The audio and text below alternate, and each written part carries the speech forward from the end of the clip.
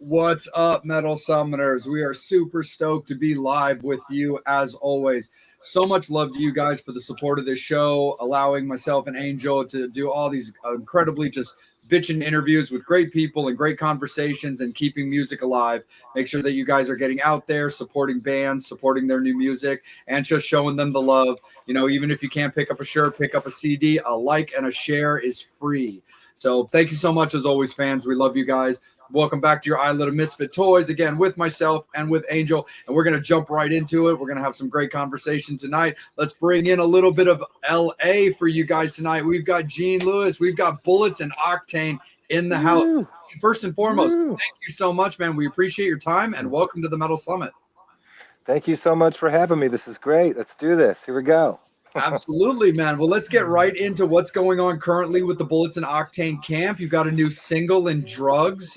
Talk a little bit about what's going on and how 2024 has started off for you. Yeah, thank you again for having me. Yeah, 2024 is great. It's we've had we spent COVID and 2023 putting together a whole bunch of music and basically wanted to. It's been a while. Last thing we did right before COVID was a bunch of touring in the UK and Sweden and stuff like that. So we did made the best with the downtime and put together a whole bunch of music videos and a whole bunch of singles, and basically spent 2023 just putting out like a single and a video about every 6 weeks or something like that to kind of set up for 2024. And we're doing the same thing now. We're in two different studios. I'm all over the place playing a whole bunch of different instruments with different producers, different band members doing this and that. It's hard to keep track. But it's coming out really good, man. We got some really cool videos, really cool singles coming out, kind of pushing the boundaries and returning back to some of the, like you said, you were a fan of that Bad Motherfucker song. Yeah. So we're kind of, I'm all over the place as a writer, man. I'll be honest. It's, I don't really stick to one lane, and that probably has been a little bit, can be kind of shaky, but I do feel that the world is in a different spot than it used to be, where artists had to be doing one specific thing. I never have been a fan of that. Like, I've always looked at it as a painter with a palette of paint. They have all these colors, and here it's like your metal is only red and yellow, and all your life, that's all you get to do. And you look down, you see turquoise and different things, and you're like, a little splash of turquoise would really make this fucking painting pop, but I can't because I'm stuck in a bubble. So I like to always kind of push things here and there, but it always seems like when I put out something a little bit more pissed off, I get a little bit better of a reaction. So I try to keep that in mind. Like, all right, I got to start screaming, and let's get on it.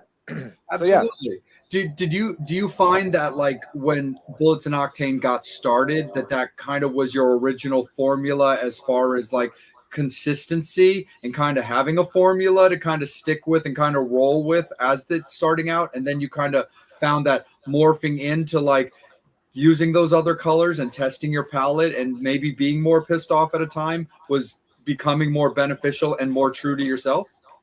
Well, I'll answer that in two ways. I kind of see it like at the time I started doing it, I moved out to California as a drummer primarily. And when I realized that I'm going to be pretty much tied to any singer who either finds a girlfriend or finds heroin, I don't know what's worse. And all of a sudden I'm back to finding another gig as a drummer and stuff like that. I realized that I have to be the man. I have to be the guy who's irreplaceable. So let me take a stab at it. So it took me years to figure it out. So I would say the early music for Bullets and Octane was probably limited to the ceiling of how capable I was of actually writing and performing the songs. I was probably pushing as hard as I could, and whatever that was the limit of. I didn't have as many options, but as time went on, I discovered different things. And the second side to that, as far as what fans or anybody might think of what the sound technically is, it's very interesting because different countries have been introduced to Bullets from different album cycles, right? So the RCA Records album, In the Mouth of the Young, was quite a heavy album. I was pretty pissed off at the time. So a lot of that album was introduced to overseas countries like Japan and the UK and Sweden, and people thought, well, okay, that's the Bullet sound, not really knowing that there was two albums prior to that that were a little bit more, I guess you would say, like just for an overall general thing, like Rancid or something like that. A little more punk, a little more chordy, not so riffy, but more like 3 chordy, 4 chordy thing, but with some edge to it. So, and after a while, man, if you don't really have your head on straight and you're not really knowing who you are on the inside, you get all these people telling you who you are, and most importantly, telling you who you're not. And if you kind of get caught up in that whirlwind, it's easy. I could totally have a better understanding now that I'm getting a little bit older and wiser, why some of those big artists like Kurt Cobain's and stuff like that probably did get, completely lost in like do I even have a say in who I am anymore on a personal level? So, it's good sometimes. Another example I always give is someone like Rob Zombie, right? The guy does yoga, he's eating tofu, he seems like he really knows who he is, he's well grounded from what I hear. And it isn't like you hear that in his writings of, Sure. Rob Zombie music. I can't imagine that he's really self-expressing when he goes out on the patio in the morning with a book and coffee and tea or something, and he goes, "Yeah, yeah, I'm a super beast. Who else?" He knows how to put on that hat and give people what they want, and just kind of enjoy it at a distance, knowing that it doesn't have to completely embody who you are doing that one aspect of your life. So it's kind of a thing to be able to learn to turn off the guy on stage and off stage, and they both can coexist, and it's okay. Like it's a little deeper than you asked, but there's that. No, no, absolutely, man. No, it's all good, brother. Like we Angel will tell you, we love deep, man. Like, and it's just all about like expressing and transparency and just being honest on that thing. I absolutely Yeah. love it for sure. And before I bring Angel in, like, what would you say currently with working in the two studios? Are you looking to kind of like have those sync back up with some upcoming like live shows, or are you trying to get like the music like hammered out clean and released in full? What's a little bit of your thought process right now with studio versus live? Yeah, it's a different world than it used to be, obviously, with all the social media stuff. And I know that that seems to be the most important thing to anybody is before they even hear your song, they go and check out your your numbers and your all this stuff. And not to sound like an old fuddy duddy, but it is definitely kind of a different way. So you are trying to make a body of work to where at the end of 2024, there's this full album and it's this big deal. It's like use your illusion. It's going to be great. But there's also a thing of putting out content on a monthly basis and kind of keeping that ball rolling as well. So I'm trying to kind of keep both things going, Cool. figuring out what to release, bi-monthly type of thing, and then also kind of save up some of the special stuff for a particular album at the end of the year. So that's kind of what's going on there. I'm not really too concerned at the moment of rushing things out, of getting a whole bunch of shows at the moment. I've done that so many times in the past where I feel restless and I need to be doing something, so I just start booking shit and doing stuff that's kind of not as calculated in the bigger grand scheme of things, and they don't really doesn't really add up. And when you look back on a couple of years, it's like what was the big goal at the end of that? So at this point, it's like let's just spend as much time as it's going to take to make the album correct and make it right. And things are expensive these days. They're not like it used to Yeah. be. So jumping out there on the road again with, not to make excuses, but as No. expensive as gas and different things are, it's like let's just hold off, man. Do the right opportunities, do the right type of touring, and do it right. Because I know a lot of bands that just go out there and they do kind of quasi headlining tours on their own with half packed places, and they come back and they lose their asses on it or break even, as some would say, and then they kind of rinse and repeat. And it's like, what's the end result on that, really? So I don't know, trying something a little different. It's called patience. I read about it once. I don't like it. I'm not good at it. you know, It's like it it's is. in your vocabulary, but you kind of hate that it's there. Yeah, it's like carrots. Carrots. You got to eat them, but Yep, but they're good for you, and that's patience is right. kind of good for you. Yeah, Absolutely, man. Angel, let's kick it over to you, my friend. Take it away. And carrots are actually good for you. It's good for your vision, yeah, which we all need. yeah. Um, no, I mean you brought up a good point. There was an interview recently with the singer from Accept, and he said that like touring America is almost like you have to really put it together because it's not like Europe, it's not like overseas where they love their metal music, and you go overseas, people are actually gonna come to the show if it's well put together. Yeah. Um, man, do you ever reach a point where if you're not on social media for a few days, you feel like you missed out on something as a musician?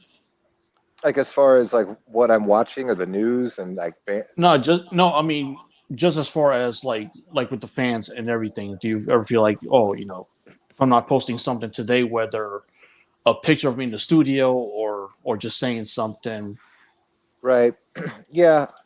I guess to answer your question fairly, I'm kind of 1 foot in, 1 foot out. Like I didn't have it for about 2 years there, right before this year. Actually, I got rid of everything. I mean, fully deleted it, not just, I mean, I really was like, I'm free. I'm gonna get my head right. I'm gonna get, and just check the fuck out. And that's what I did. But yeah, I mean, nowadays it's like I'll try to keep up with everything and post every day on something like that. But if I miss a day or two because I'm living my life, then that's how it is. And I don't know, as you get older, it's like some shit just ain't fucking worth it, man. I mean, Yeah.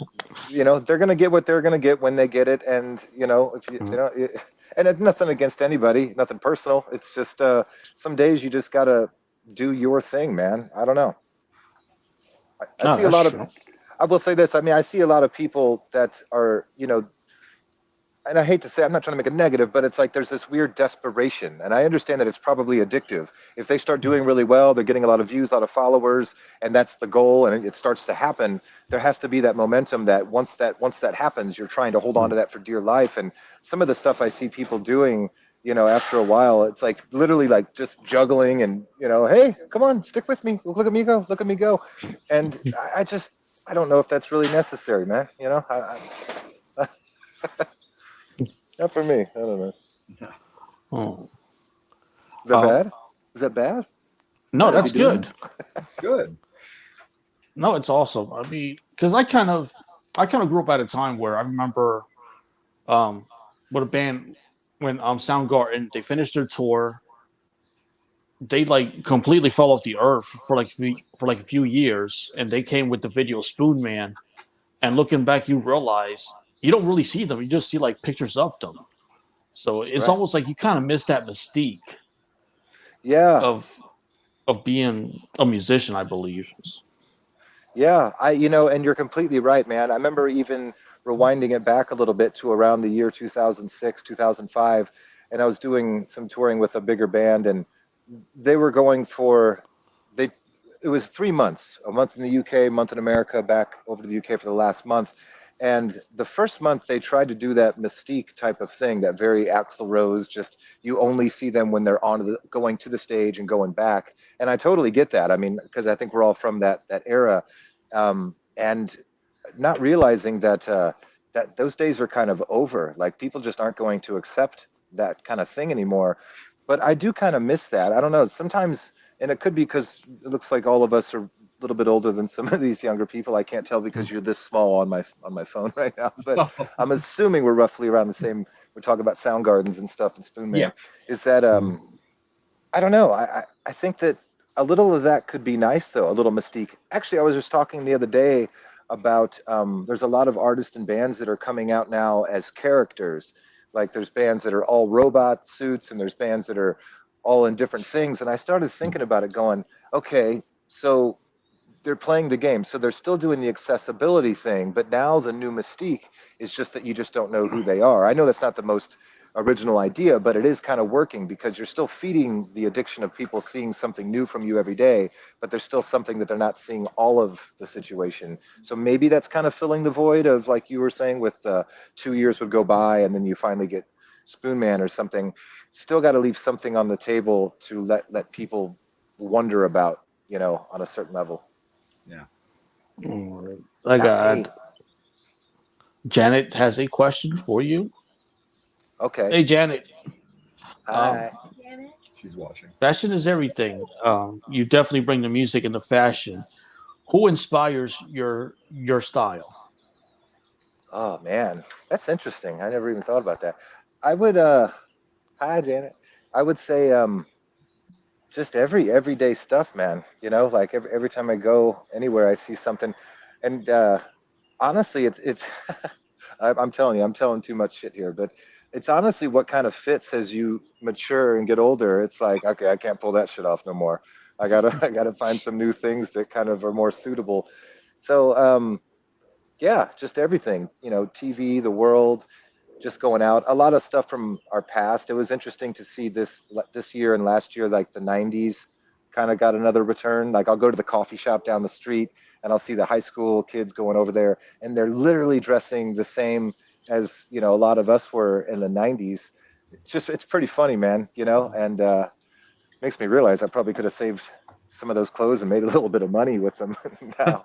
But yeah, anything. Some of it's nostalgic. Some of it's just trying to mix match different things. But all in all, it's just being comfortable too. You know, like I find that that's more important. I think I spent a lot of my early years, like no matter how uncomfortable I was, it had to look cool, even if I was walking around holding my breath and, you know, hurting myself. So now it's just like, some stuff, it's looking more comfortable and being comfortable in your own skin. It seems to be a little bit more impressive, honestly, than when you're kind of overdoing it for no one, you know. That's right. And more fashion questions. Okay. Our fans are very interactive. Love your scarf. Oh, sorry, it's not a question. Love your scarf. I have a lot of different styles of scarves. Yeah, yeah. I mean, it's funny we're talking about fashion. I literally have like a hoodie and a scarf on, like, you know, 2 degrees from homeless. You know. Yeah, it's hand knitted. I don't know if you guys have Poshmark. Have you ever heard of that? Yeah, for sure. Dude, that Poshmark app, that totally saved me through COVID. Crazy. Okay, since we're talking about the scarf, let me just do a close up on it. All Yes, right, we're going to promote. Okay, now it's like we're going from talking about rock music to talking about fashion. here is Lisa's. 1978 hand knitted scarf from Minnesota. Hold on 1 second. Give me 1 second. I just have to. Damn internet. We can send people to the moon, but we can't make faster internet. Oh, you're telling me. I was on a roof the other day fixing a roof, and I'm thinking, how do we get to space and still doing roofing the same as we did in 1943? You know? Oh, But while I first get world. that together, Tootsie Pops upset. Oh, nice. Janet Yeah, wants to. she was. Okay, Janet wants to know about your Tootsie Pops obsession. sure. I don't know if you could see it. Once again, the internet issues, but on my hand, I would see it kind of gives away the truth of it now. But on my hand right here, there's it's Indian with a bow and arrow and a headdress. If you can, the sun has damaged my tattoos, but anyway, the Tootsie Pop thing, when we were kids, if you got, at least in Missouri, where I'm from, back in the long time ago, we'll just say that, there was, if you took the Tootsie Pop wrapper off of your sucker and it had the Indian headdress guy shooting at the star, you could turn that wrapper in and you would actually get another free Tootsie Pop. Now, when you're 7 years old, that's full blown winning the fucking lottery. You know what I mean? Yeah. Like, Free you're candy. running around, you're showing it off to your friends, you're a loser, I'm a winner, go to hell, things like that, you know. So anyway, I have it on my hand, so it reminds me of a simpler time and a simpler, you know, just enjoy the little things in life. You know, when you're all stressed out, you look down and you're like, you know. Well, I got you on the full screen where people can really see the scarf. Shit. Should have done my makeup. That's a nice scarf. Yeah, like I said, 1973. Her name was Hillary. It's from Minnesota. She hand knitted it for her husband, who worked in a chimney sweep factory. I don't know, I was fucking around, but you get the idea, right? Yeah. Lisa, can you make a scarf like that? I'll buy it off of you. Telling you, brother, Poshmark, babe, get on that Poshmark thing. I'll tell you, Now Gene. you're starting a new trend. Yeah, I'll tell you, Gene. There's similar to Poshmark. There's another app that is very much like that. It's called Depop, Depop. Yeah, I it's know it, babe. another one. Yeah, another one of those like cleaning out your closet websites. And man, you could definitely find some great stuff on that. Yeah. I mean, I'm telling you, there's probably things that's just why I shouldn't do interviews, because I barely have a filter. I say things about stuff I shouldn't. But dude, seriously, during COVID, I think it was somehow I sold over 20 grand worth of fucking rock clothes. It was amazing. Dude, I had to pay the bills, babe. You know what I mean? How about the shades? Yeah. Oh, yeah. These, I think these are an eBay purchase. You can get them like super cheap. You could buy them in bulk. So I'll go and I'll look up, I'll literally type in Usually it's like it's usually under women's category, but women's jumbo or oversized aviator. I like how I'm typing. I've never had a computer in my life, by the way. This is funny. I've never had a laptop in my life, still to this day. Anyway, but like I'll type that up and look up on eBay and type in the word bulk, and I'll find glasses like this. 'Cause I got a big ass head, Mama said, and I'll just spend like $19 and get like 4 or 5 pair at a time because I lose them, man. When people spend like $500 on a pair of shades, I'm just like, holy smokes, you know? Yeah.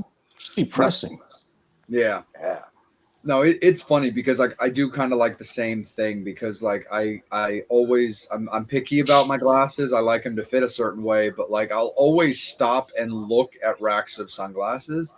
Yeah. And my girlfriend Megan's the best. Like she tolerates it, but like it's that same kind of thing. Like life happens to sunglasses. They fall, they get stepped on, they just get lost. Like things like that happen. So I'm Yeah. always taking a second to like take a look at racks of sunglasses, even if I don't need a pair right that second. But if the shoe Yeah. fits or if the sunglasses fit, well, then I'm just going to do it anyway because life's going to happen. Because I guarantee you that if I leave them behind, life is going to happen to my current glasses. And then it's going to be like, oh, nuts. Now I need to go back and they won't be there. Yeah, it's so true, man. Yeah. If you got a size that fits you when you run into them, you just got to do it. You just Yeah. got to do it. So many times of just like looking at that awesome purchase that you don't make and then you can't stop thinking about it for 3 days and it was too late and it was 3 days too long. Yeah. You know what? A full circle thought I just had was I was just thinking, man, I guess you got to always have prepared in your wallet or wherever you keep your money an extra 20 spot anywhere you go in case. And then it made me think full circle to the scarf. I heard a story once about Steven Tyler going into a store on Melrose or something. I don't remember. And he liked something on the wall so much that he paid like, a good amount of cash for it. And I hope I'm not blowing his cover here, but I think he had the money in his actual scarf. So I don't know if this is like blowing his, now everyone's going to steal scarves and take his money, but hidden pocket. dude, I mean, think about it. If someone does try to rob you because you're Steven Tyler and you're like, oh, I don't have any, no one's going to think scarf. Now you know. No, that is smart. They better Yeah, cut it me is. in. If someone steals, I want 10% for show. I know, seriously. It's actually kind of funny, Gene. That actually kind of reminds me of an interview that Angel did that Angel and I did in our early time on the show. We had the former singer of Banshee from the '80s, Tommy Lee Flood, on the show, and he was actually our Christmas episode that year. And the funny story is that he was very like renowned back then for his stage clothes, and he had like donated or sold some to like his friends like record store or clothing store or something. And John Bon Jovi actually bought his clothes because he really liked them and wore them for I think like a Slippery When Wet like photo shoot. So they got like immortalized on That's like awesome. one of his like big records because he had donated or sold these clothes to his friend and the right guy walked in. So I always thought that was a great story. That is a great story, man. I love stuff like that. That's absolutely, that's fun. I loved making clothes for a long time too. I mean, I've been doing that since I was a teenager, just, hand sewing. I remember to move out to California, I had to work 2 jobs. I worked at a bike shop in the day and did drywall at night. Oh. And I remember I would sew up like fake fur clothes. So I'd go, oh, this is stupid. I'd go to the bike shop wearing like leopard fur, like suit in like fucking July in Missouri. And I don't know if you've ever been to Missouri in July, but you do not wear fur suits. You shouldn't. Anyway, but like that's what I was talking about. Once again, full circle shit about being so discomfortable, is that a word? And just doing it because it looks cool. And it's like, there's no way I would do something like that, For sure, man. Today. Let's go back real quick to the beginning of Bullets and Octane. Where did the name come from? Okay, well, here's something I like to do. I don't like to smoke too often because it supposedly kills you. But for interviews, Of course, man. This is your show. Angel and I are the guests. in Yes, we 1999, Bullets, just get real weird with it.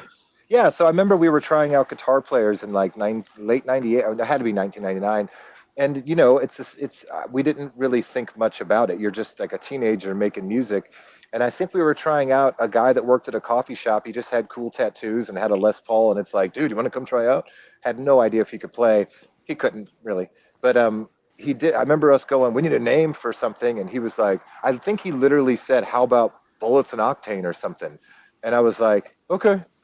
You know, like I'm not thinking that for like the next 25 years I'm going to have to say that fucking word and it's going to be my identity. You know, I should have thought of something better, but that seems to be a common thing. I think even like Foo Fighters and Green Day and a million others feel the same way of just like, what the fuck were we thinking? Why didn't we like spend a little bit more time on the name, you know? Yeah. I mean, the thing I used to hear all the time that was always brought up, and you had mentioned Steven Tyler a minute ago, is like something like Aerosmith. Like, what's an Aerosmith? But now it's just part of pop culture. Yeah. So was that really not a thing? I feel kind of dumb saying that, but No, man. I No, thought maybe back in the sometimes day, it's really that simple. so there wasn't a thing where some guy in a, you know, back in the day when there was horses and carriages that was in a steel area hammering out arrow things, and that was called an Aerosmith. I mean, it's definitely possible. I've never actually heard any kind of like follow up on exactly what it is because it's also spelled differently as well. It's kind Mm, of spelled more like, you know, aerospace kind of a thing Right. as yeah, opposed to an Aerosmith. But like, it's definitely possible all the same though too because sometimes it's just about the tweaking of the spelling. I mean, you look at the idea of Def Leppard and you're like, that's a terrible name, a leopard that can't hear, but right. the right kind of font and a different kind of spelling, and who knows. Yeah, yeah, you're right. Yeah, thank you. It kind of made me feel a little better about my Mm. decisions in Oh, life. I got you. I should call you more Well, often when I'm like, I'm gonna eat this cheeseburger, man. And you'll be like, you know, it's okay. It has protein in it. Am I Yeah, right? And you know, you're gonna help me feel good about myself. I got you hey, covered, Gene. It's all right, man. You got my number now, so like That's right. don't just don't eat hesitate. McDonald's. I know, dude. McDonald's burger. As long as you don't eat McDonald's burger, it's fine. They're fucking nasty. It's Dude, gonna I be like know. I get it's sick like all the time from McDonald's Jay, I've burgers. been working all day and I'm literally looking at a McDonald's next to a Burger King with a Wendy's over there. Which one am I going to? Yeah, dude, and the Wendy's. prices. There's Yeah. so the Oh one God. of the studios I go to is right next to Sound City, like literally shares the adjacent wall and everything. And the only thing there is like a burger, or there was, it just shut down, but it was a Burger King, and I was broke as shit. But I had to eat something for the studio. I went there and just ordered a burger, and that's it. No meal, nothing, because I got to eat something. And it was like $10 or over $10 just for the sandwich. What the hell's It's going on? I don't know, Gene. It's funny you should bring that up. I mean, this is just a fun tangent to go off on because Yeah. Megan and I were having this conversation. We've had this conversation like 4 times in like the last like 2 weeks about the prices of things like a regular burger that was this is now this, and now we're hearing that places like Wendy's are gonna do like are gonna do like Uber style menu pricing. Have you heard about this? Like during like peak hours of business, the No prices on way. their menus are actually gonna go up. Wow. I think I heard, I think she told me like the backlash was so like instantaneous as you can imagine that I think they scrapped like the whole idea. Yeah, they Wow. did. Did they? Yeah, they figured it was stupid. As It they was. should. But it is funny because she and I went I to mean, like yeah. we went to like an Arby's one time just to try these like promotional burgers they did for a movie. And all we did was get just the two sandwiches because we wanted to try them. And our check was like $19. And she and I are looking at each other like for two sandwiches with like no Right. fries and no drink. Like that's a thing. It's Dude. fast food is wacky. Like, I mean, it may still be fast, but they just call it to broke food or something. I don't know. Yeah. Hmm. Yeah. It's It's crazy a when it thing, comes to man. all that. Like the dollar menu is no longer a dollar. It's like the Dude, the I the I two know for fifty sure we menu. are all around the same age, roughly, Yeah. because Hmm. if anyone brings up dollar menu, I instantly know when you were, Hmm. you know, I know what shows we watched at the same time. I know all that stuff now. Oh yeah. It's funny, dude. Yeah, I No. think it's a weird thing, man, and like, I don't know about you guys, and this might be it's probably not as fun of a topic, I guess, but dude, midlife crisis shit is a real fucking thing. I'll tell Yeah. you that right now. Yeah. It's fucking. Yeah, I mean, mainly the mortality shit, man. I especially playing music and being on the road and touring and all that stuff. Like you kind of just disappear in this world that isn't real. Like you live in MTV or something, right? Oh yeah. And all of a sudden, like shit just gets real. Like people like my peers. A lot of them and their parents have passed, unfortunately, and a lot of weird stuff where it's like, wait a minute, we were supposed to make it big, and then we were going to go home and get all of our family's parents, and we're all going to get a house in Malibu, and Chad Smith comes over, like all these things, and it's like, oh shit, man, like time is running out. And there's this thing I've done in many interviews for like over 2 decades now, where I've talked about this old man. When I went to one of my dad's jazz shows when I was a kid, he grabbed my arm and he had these yellow eyes, and he had an oxygen tank on, and he's like, do everything you want to do now, because sooner or later you're going to run out of time, and you just got to do it now. And I honestly have a laundry list of things that I was like, okay, cool, I'm going to do this album, I'm going to make this album with this guy at some point, I'll make my weird kazoo album in Nashville one day or whatever. And you start realizing that I'm barely cracking the surface of my first project that I was supposed to be successful in my early 20s, and then gradually do something with, Willie Nelson or something weird. But it's like, no, I'm still trying to break and do things with the band from when I was fucking 19 years old. I better get on this shit, I think we all have that. I Like think Jay, do you so. have that Oh, something that you wanted to do, you still haven't gotten around to it? the funny thing is I'm kind of getting more into that now. Like the with the stuff that we do with this show, the stuff that I've done in music, where I'm not really the in bands thing guy anymore. I'm really more of a hired gun where if my phone rings, it's I got you, but I have to really connect with the project. If you want me to join, I'm also past the point of like I'm not I don't want to be your hired gun. I don't want to be your punk bitch, and I really don't want to take orders if I'm playing your music. I need to connect with your music in some way. I don't mind it being yours, but I need to be able to get like legit enjoyment out of it. If you're like, because I'm a bass guy preferably, but I was like, hey, if you're like your bass guy falls out of the gig, I don't want you to lose money. I don't want you to cancel the gig and stuff like that. Call me, send me the set. I'll knock it out. Or even if it's on short notice, or I'll at least knock out everything I need to do that'll make it that you don't have to worry about that side of the stage. If I Sure. don't hit every note, maybe I didn't quite have enough time, or maybe I just didn't understand your main guy's interpretation of his, how he wrote his parts. But Yeah. I'll make sure that you're not embarrassed and I got you covered. But the likelihood is you're still going to have to find a new guy or whatnot. And I can say this on the show because I've said this to them straight up. I love everything that Mark and Janet do when it comes to their music. I still am. I'm a big fan of Mark's Blood Joint stuff. I think the stuff that he and Janet do with Ghost in Your Heart is fantastic, and I'm absolutely loving his Ghost City Rebel stuff right now. And Yeah.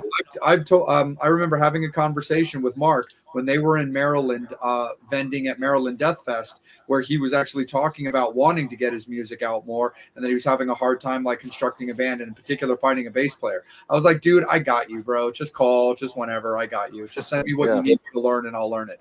But to both of their credit and to Mark's credit, when it comes to like Blood Joint stuff, like I connect with that music. It's really excellent. I love his mind for writing. I love the simplicity around what he does. And it's got that, as I've always described the music, is like kind of picture Typo Negative if it was less doom and gloom and a little bit more rock and roll. But it's that same Cool. kind of blood-soaked romantic lyrics. And I've always kind of connected with that kind of stuff. And I love just good, high-paced, like, rock music that's also got like a fun and flirtiness to it. And getting back to what you said at the beginning of the show and what I told you off the air, that's also one of the reasons why I connected with a lot of your music, including Bad Motherfuckers, because it has that fun, that flirty, but it's a driving rock song. I mean, it's enjoyable music. They're enjoyable tunes, and you deserve credit for that as well, Gene, with the way that you style your music. Well, thanks, man. Yeah, I mean, there's a lot of stuff to unpack there. I like I know. what you were, and that's what's really difficult too. I mean, the overall thing of one of the points you were kind of making is like, with our age and what we will do and won't do, and that goes on both sides too. Because even as the main guy and the founder of the band and the main dude, there's been a lot of people in and out, and a lot of people just at my, how long this band's been around, the age bracket and stuff like that, no one's really 23 and could just throw on a backpack and do stuff for $15 a day and shit like that anymore. There's like things where it's like, okay, who's in the band now? How many kids do you have? How many mouths do you have to feed at home? What are we going to have to do to like keep you out here and keep you happy and all that stuff? And it's just different than it used to be. It used to be so much easier to talk people into doing that shit. And you don't want to have people playing in your group that there's such an age gap to where you literally aren't really on the same page. You gotta kind of gel and all that stuff, you know. So No, it's a different time. absolutely, for sure. Angel, let's kick it back over to you, brother, Yeah, because it looks like we're getting some comment action as well over there. Yeah, a couple of fan questions, and then I have one of my own. Of okay. course. What do you like the most about being a musician?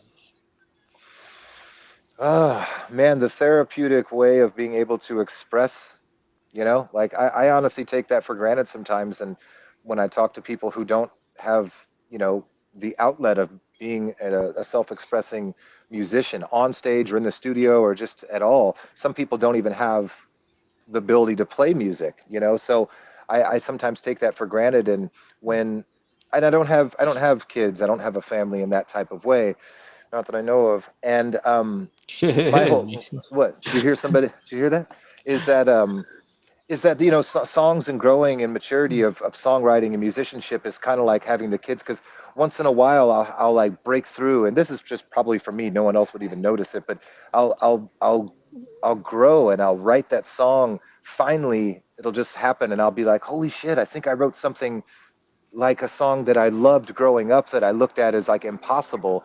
And I feel like at that moment, I'm a proud mother washing dishes, looking out the back window at the backyard and seeing one of my kids playing on the play set.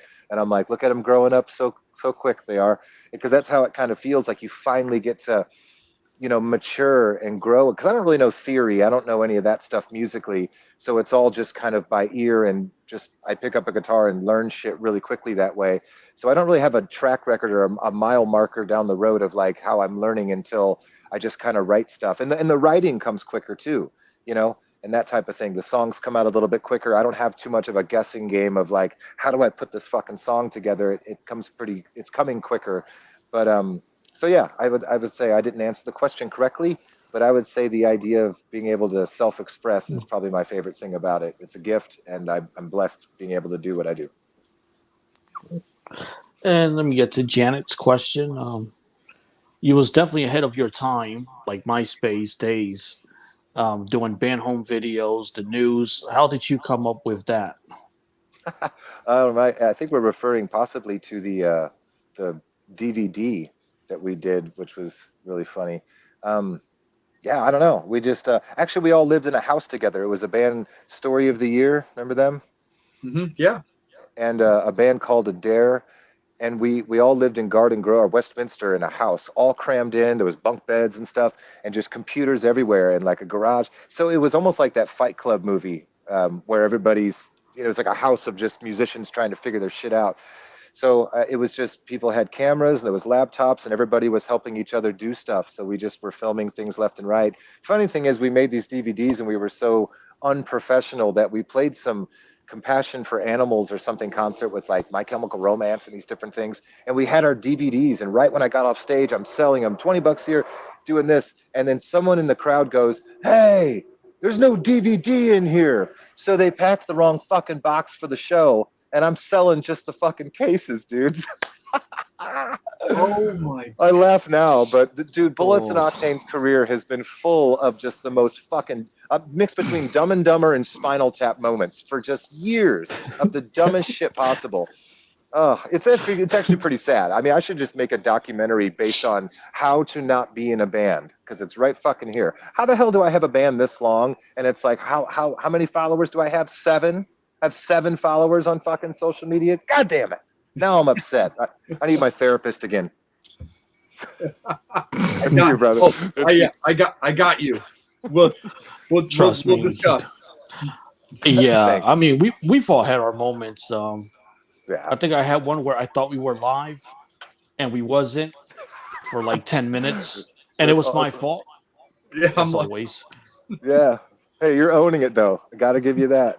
Yeah, That's that funny, was fucking dude. hilarious. Yeah, there was a time where we didn't go over how we were gonna start the set, and we were in Arizona.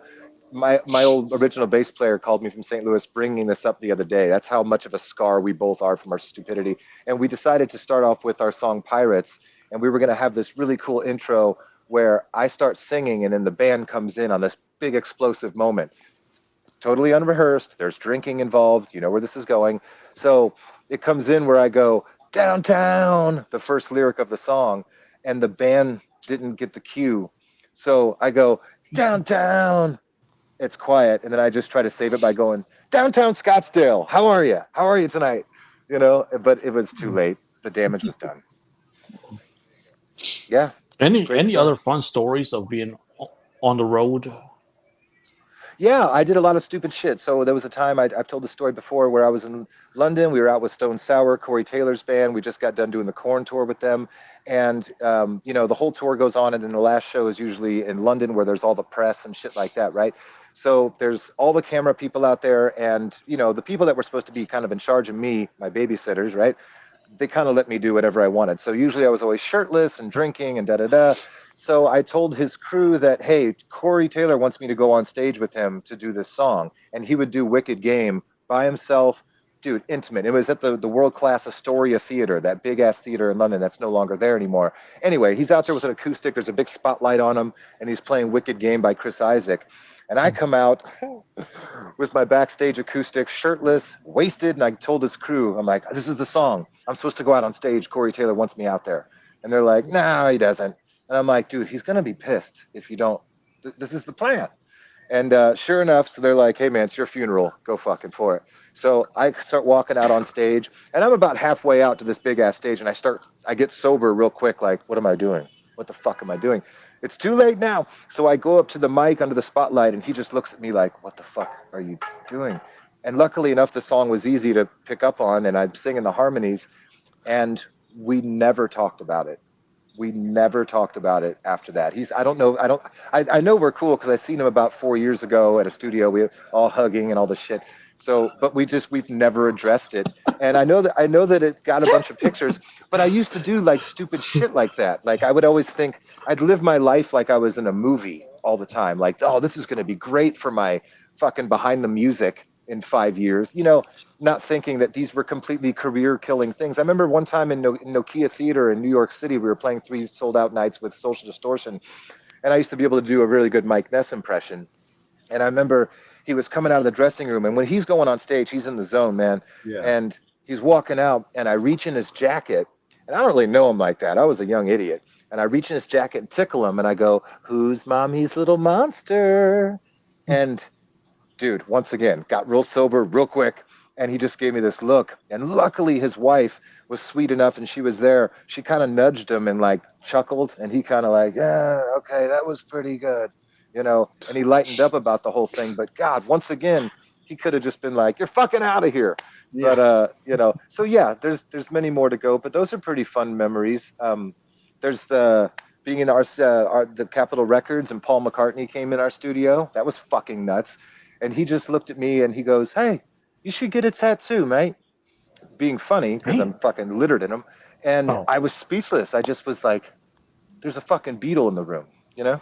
And he's like, what are you guys doing in here? And I'm thinking, oh, it's rock and roll. You wouldn't understand, the guy who put it on the map, you know, back in the day. Anyway, those are 3. That's all you get.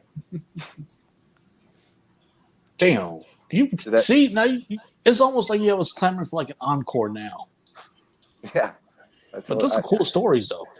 Yeah, it's all right. I can't wait to make some more. We'll do this again next year, too. And I'll be like, you'll never guess what happened, you know? We got to. Oh, yeah. I mean, when you do the touring and come through Baltimore, the 3 of us got to really get together for an interview. That would be awesome. Yeah, let's do it. Absolutely. I tell you, another really quick There'll be a lot thing of I would trouble. do. On you know, like metal bands, right? metal bands. A lot of them, no offense, but a lot of them dress kind of like the road crew. They got the cargo shorts on, they got the beard, they got the hair, they got the passes and shit everywhere, all that stuff. And I'm walking around on stage one day going, yeah, being on tour and being in a band. And the way I look at music is, and I'm thinking that I'm telling this road crew about shit. So I don't know who I was talking. I was talking to some guy about, touring. And then all of a sudden I go to the side of the stage to watch Deftones, and the bass player, Chi, rest in peace, he comes up to me and he goes, so what were you saying about being in a band? Like literally as he has the bass on in the show, because I thought that earlier in the day he was a road crew guy, that I was telling him what it's like to be on stage and stuff. And I'm like, God, I'm a fucking moron. Apparently not much has changed. I'm still here shit and talking. But in all fairness, I can tell you one really dumb story of something dumb that I did. And Jay can relate to it. When I was driving the band Autograph from the hotel to the venue at the 2300 Arena, I made a wrong turn. Was it Autograph and I got or Pretty Boy lost. Floyd? It was Autograph. It was Autograph? All right. You remember you was asking about Autograph? You was like, dude, where are you? Masquerade. Remember that? That's right. Masquerade. Yeah. They were our headliners. Right. And I made a wrong turn, and I'm like, I hope these guys don't realize that I'm fucking lost. And I lost my GPS signal. Good. So I'm getting a call from Jay saying, Jay's like, Angel, dude, where are you? I'm like, I'll be there in a few minutes. And deep down, I'm like, I don't know how long I'll fucking be there. You're in New Jersey. Yeah. But the precursor to that story that I was asking him was because the funny thing is there was we also had Pretty Boy Floyd on the show, and I love Pretty Boy Floyd. I'm a big fan, have been for a long time, and Steve's always been great to me. And at the time, the band was literally made up of my friends, which was just kind of cool. I remember when I saw Pretty Boy Floyd at M3 recently. They had Nick Mason on drums, who's I'm friends with, and he's been like with Michael Grant and the Assassins, and a bunch of other Flesh Krieg and a bunch of the Rhythm Coffin, all these other great bands. The bass player, when I saw them at M3, is my friend Ashes, formerly of Devil Driver. He's been with Wayne Static and Static X, and he's currently out with Union Underground. And then the guitar player was Eric Griffin, formerly of the Murder Dolls. So leading up to M3, Summers had done an interview, and he was like, he had been asked, hey, who's playing with you for this show? And he's like, yeah, I got this guy, this guy, this guy. And I'm like, holy shit. He's currently all playing your buddies. with all my fucking friends. I know. That is awesome. So anyway, we had him at M3, and the only thing that had changed was Eric had gone off to do another project, and so Ashes had moved from bass to guitar, and they brought back Chris, who was their longtime bass player for a really long time, and he's a great guy. He treated me really great, and he's really, really cool, and we talked to him. He's been on the show and all that kind of stuff. All that kind of stuff. But it was just kind of funny with that. But anyway, at Masquerade, I guess there was a mix-up on the contract about who. I guess they were expecting a car to come and pick them up, but they had not put car service on like their rider or whatever.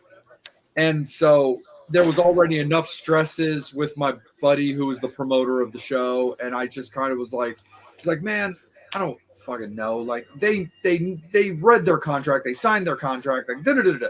And I was like, Angel, hate to put you in this position, man, but since you're the one with a car, do you have any interest in going and getting Pretty Boy Floyd? And he's like, fuck yeah, I'll go get Pretty Boy Floyd. I'm like, thank you.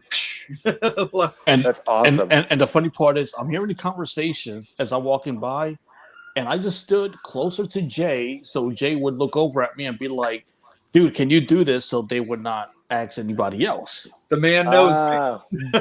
See, now that's fucking teamwork. I do have to say though, I have about 7% battery. All right. I feel bad because I could talk all night with you guys, and we could do this again if you'd like. But definitely, you're always welcome. We've got other, we've got more openings.